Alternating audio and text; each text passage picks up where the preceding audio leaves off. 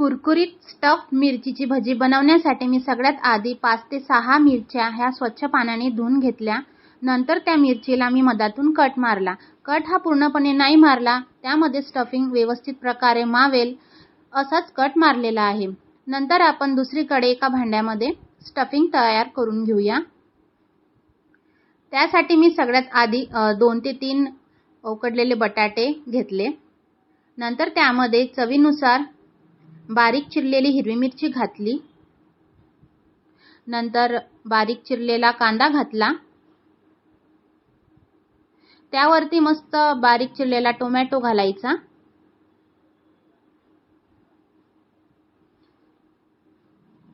आणि मग बारीक चिरलेला हिरवागार कोथिंबीर घालायचा। त्यावरती नंतर चवीनुसार मीठ घालायचं।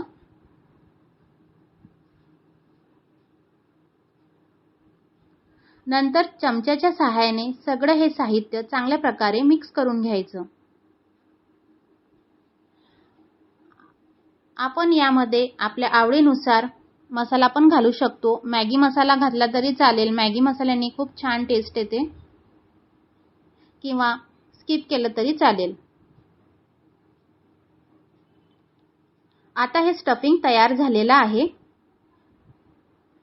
आपण यामध्ये या मिरचीमध्ये भरून घेऊया। चांगल्या प्रकारे स्टफ करून घेऊ।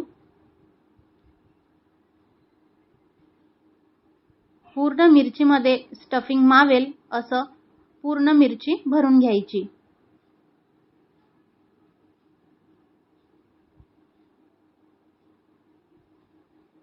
खूप छान लागते ही मिरची, नक्की ट्राय करून पहा।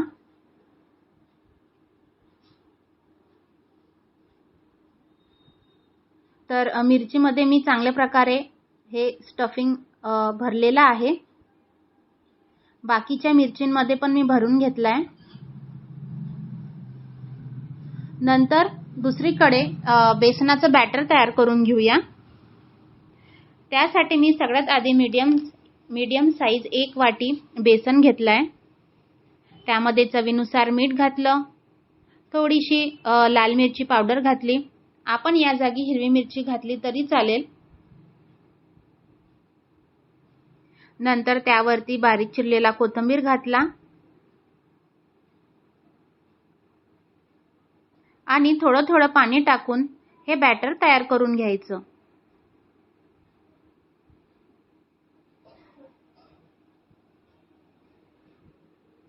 हे बॅटर जास्त थिक पण नाही करायचं आणि जास्त पातळ पण नाही करायचं, मीडियम ठेवायचं।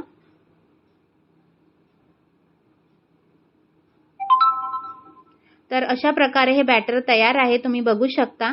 जास्त पातळ नाही भिजवलंय मी।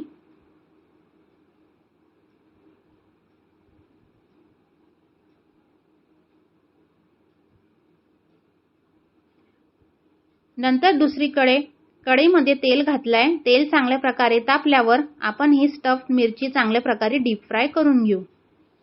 तर तेल चांगल्या प्रकारे तापलेलं आहे। तर ही मिरची चांगल्या प्रकारे या बॅटरमध्ये डुबवायची आणि तेलामध्ये घालायची। मिरची ही चांगल्या प्रकारे लालसर होईपर्यंत तळून घ्यायची।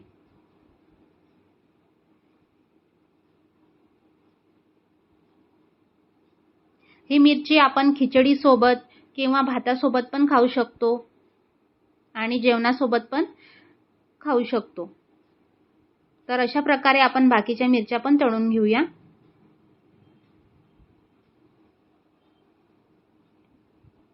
रेसिपी ही अगदी सोपी आहे। संध्याकाळच्या नाश्त्यासाठी तर परफेक्ट आहे।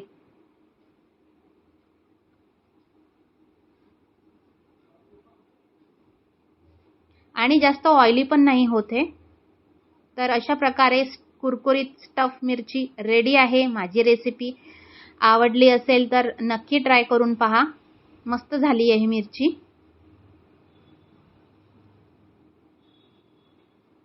आपण कट करून पाहूया। तर मस्त झाली आहे। माझी रेसिपी आवडली असेल तर प्लीज माझ्या चॅनलला सबस्क्राइब करा, लाईक करा, शेअर करा। आणि मला सपोर्ट करा. थँक्यू.